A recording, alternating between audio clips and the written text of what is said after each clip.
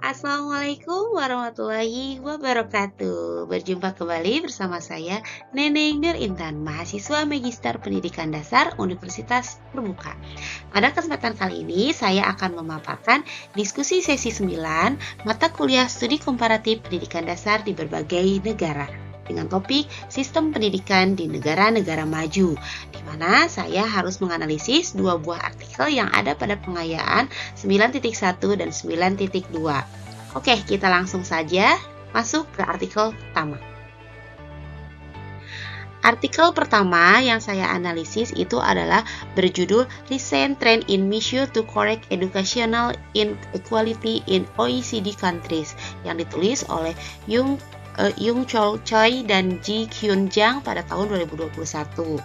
Artikel ini secara khusus membahas bagaimana negara-negara OECD melihat isu-isu ketimpangan pendidikan dan agenda kebijakan yang muncul berdasarkan lebih dari 700 penelitian yang dianalisis.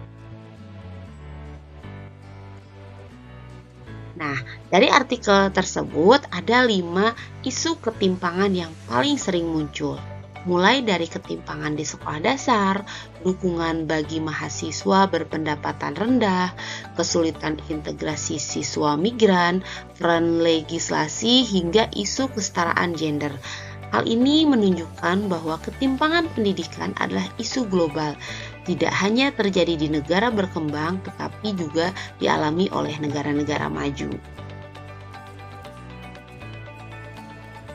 Jika saya hubungkan dengan kondisi di sekolah saya, yaitu SDN 1 Kertamukti, Kecamatan Ciklet, Kabupaten Garut, ada beberapa isu yang ternyata kami juga rasakan.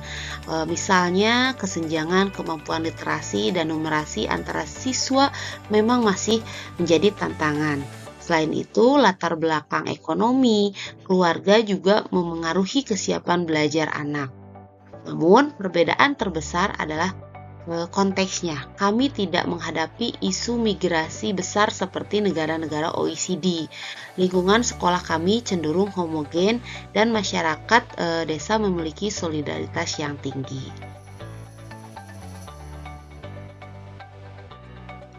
Beberapa isu OECD tidak kami alami karena karakteristik desa kami yang lebih stabil secara sosial. Tidak ada kompleksitas keberagaman seperti urban area di negara maju.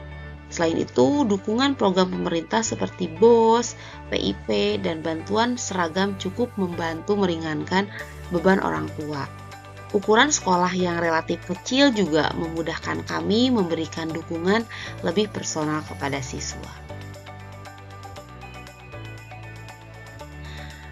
Artikel ini juga menjelaskan bagaimana negara OECD mengatasi masalah tersebut.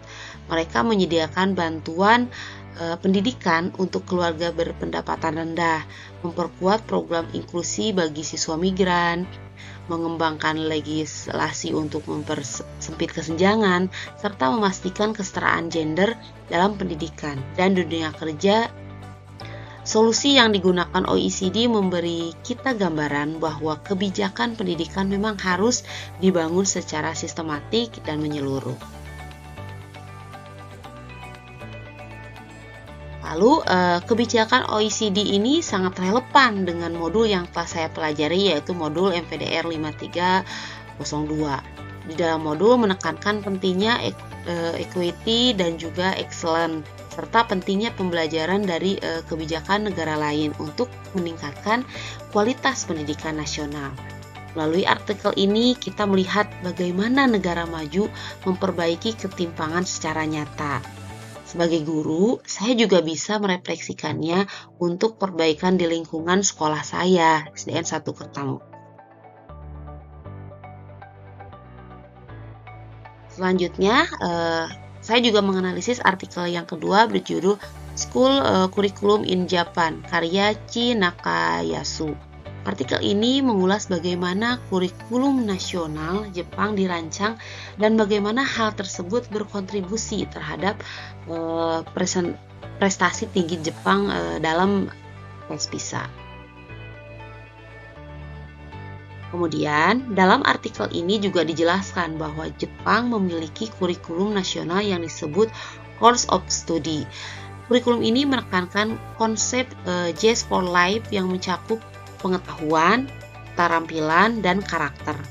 Model pembelajaran mereka sangat menekankan pengalaman langsung seperti observasi, eksperimen, diskusi, dan pemecahan masalah.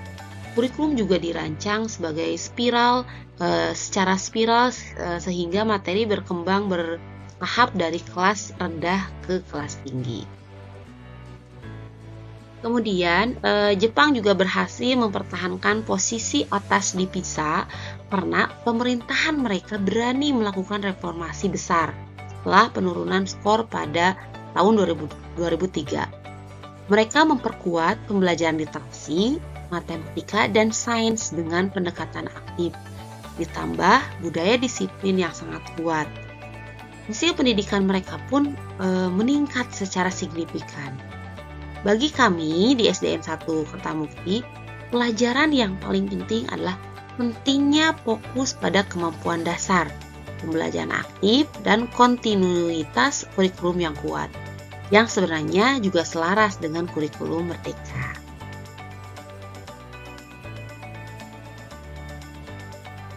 Sebagai penutup, kita dapat melihat bahwa sebagian besar isu pendidikan global yang dibahas OECD juga relevan dengan kondisi sekolah-sekolah di Indonesia, termasuk dengan sekolah saya, SDN 1 Kertamukti. Studi dari Jepang menunjukkan bahwa reformasi kurikulum yang konsisten dapat meningkatkan kualitas pembelajaran secara nasional. Melalui studi komparatif ini, kita belajar bahwa memahami praktik pendidikan negara lain bukan untuk menyalin, tetapi untuk memperkaya perspektif dan memperbaiki sistem pendidikan kita sendiri. Saya tutup presentasi kali ini dengan sebuah refleksi. Belajar dari dunia adalah langkah besar, tetapi menerapkannya di sekolah kita adalah langkah yang mengubah masa depan. Itu saja yang dapat saya sampaikan. Mohon maaf apabila masih banyak terdapat kekurangan. Wabillahi taufiq wal hidayah. Wassalamualaikum warahmatullahi wabarakatuh.